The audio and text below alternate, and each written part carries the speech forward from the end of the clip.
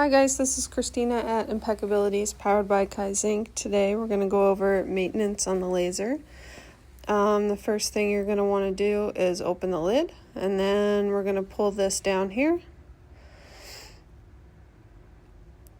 So in order to get under there, you're going to want to remove these cutting boards here.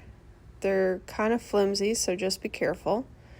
And then there's two flaps here that you're going to want to pull up and pull out, and that's how you get the tray in there, so you can get in there and clean. You don't have to be reaching into the laser for that.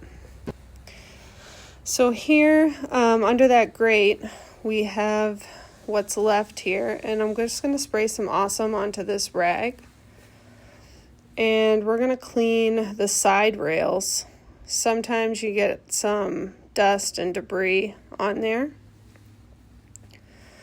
So the next thing we're going to do, we're going to vacuum that out, and we will be right back.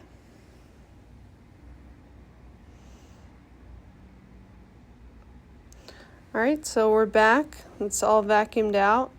I was able to remove that grate and get in there. And this is what it should look like when you're done. You should do both sides. And that is how you maintenance the laser. Thank you.